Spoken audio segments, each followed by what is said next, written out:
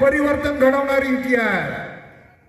अरे हे राष्ट्रवादीचे नेतेच उद्या बीजेपी मध्ये जाणार आहेत, त्याचं काय? पक्ष बदलतायत, सातत्यानं बदलतायत.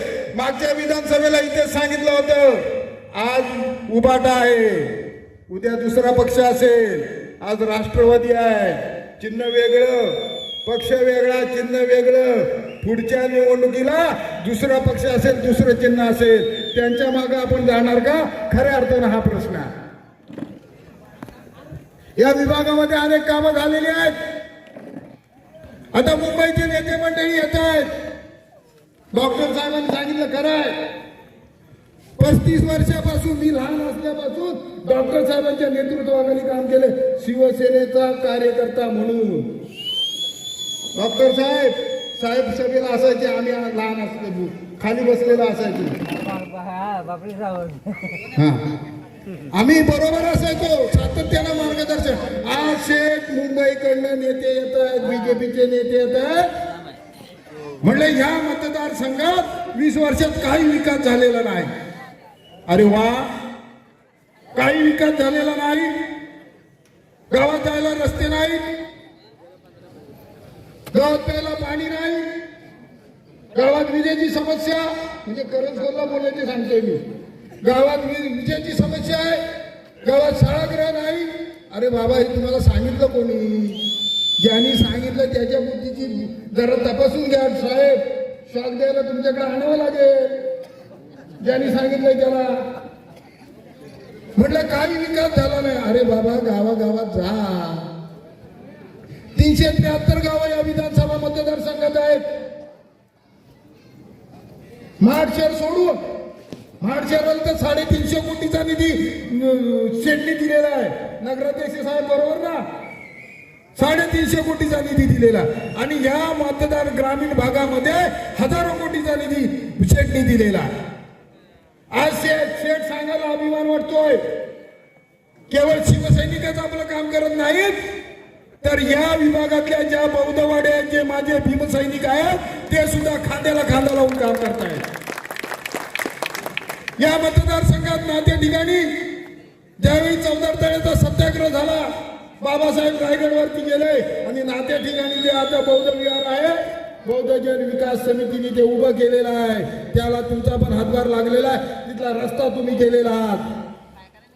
त्या ठिकाणी बाबासाहेबांचं मोठं स्मारक व्हावं अशी इच्छा आमच्या बौद्ध जन विकास समाजाची आहे.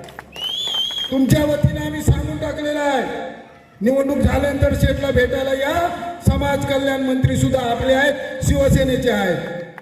ते स्मारक होईल गुरुजी, ते स्मारक त्या ठिकाणी झालेलं असेल. चिंता करू नका, सगळ्या गोष्टी होतील. ज्या नाते हायस्कूलमध्ये आम्ही शिकलो, शेठ तुम्ही त्याचं क्रीडांगण मंजूर करून दिलाय. डॉक्टर साहेब, शेठनी नाते हायस्कूलला क्रीडांगण मंजूर करून दिलेलं आहे. लहानाचे मोठे या नातेगावात आम्ही झालो, या नात्यामध्ये झालेलो आहोत. आज युवकांचे अनेक प्रश्न आहेत, चिंता करू नका. विकास शेठ आपला तरुण माणूस आहे, युवक आहे, युवकांचा नेता आहे. आज शेठ आपल्या विकास शेठनी एक नवीन इमेज प्रत्येक वयोगटात निर्माण केलेली आहे.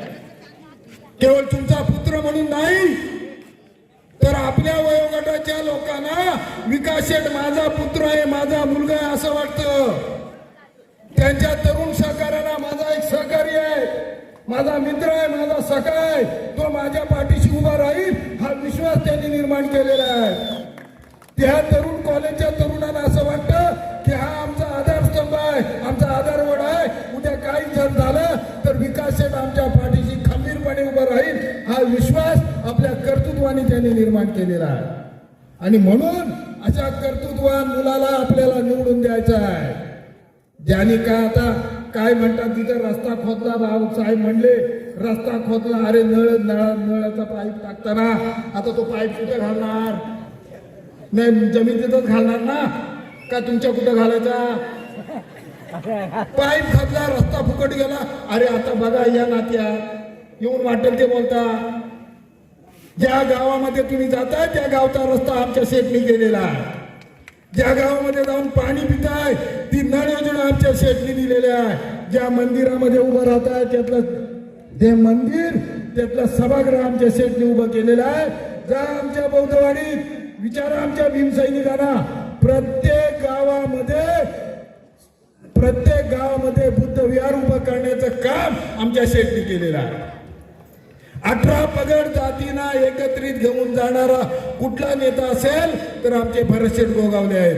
आणि त्यांना तुम्ही नाव ठेवताय. परिवर्तन घडवणारे आज येतात, परत मुंबईत जाणार, पुन्हा 6 महिन्यांनी येणार किंवा निवडणूक. कसं आहे, जत्रा, नात्याची जत्रा झाली ना आता, जत्रेला अनेक गावची लोक येतात.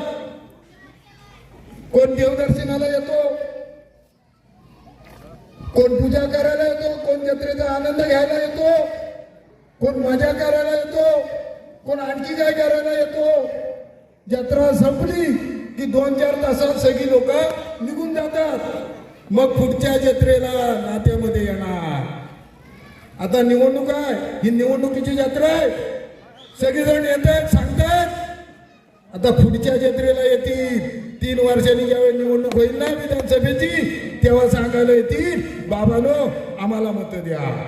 तोपर्यंत ह्यांचा पक्ष बदललेला असेल आणि ह्यांच्या पक्षामागं कोण किती राहतील. अनेक जण राष्ट्रवादीचे आले, सिनियर लोक परवाच यांच्या नेतृत्वाखाली त्यांनी प्रवेश केलेला आहे. राष्ट्रवादी या ठिकाणी राहणार नाही. ज्यांनी शेठ, ज्यांना तुम्ही पुत्रवत प्रेम दिलात, त्यांनी तुमच्याशी गद्दारी केली. त्या गद्दाराला ह्या निवडणुकीला आपल्याला गाडायचं आहे, म्हणजे गाडायचं आहे, कोणत्याही परिस्थितीत गाडायचं आहे. आणि म्हणून माझी तुम्हाला विनंती आहे, येणाऱ्या 7 तारखेला जिल्हा परिषदेच्या निवडणुकीला विकास शेठ गोगावले उमेदवार आहेत. जिल्हा परिषदेच्या उमेदवाराला आपण मत देत नाही, जिल्हा परिषदेच्या अध्यक्षाला आपण मत देतो, हे लक्षात ठेवा. उद्याचा पंचायत समितीचा उमेदवार सुरेश महाडिक आहेत.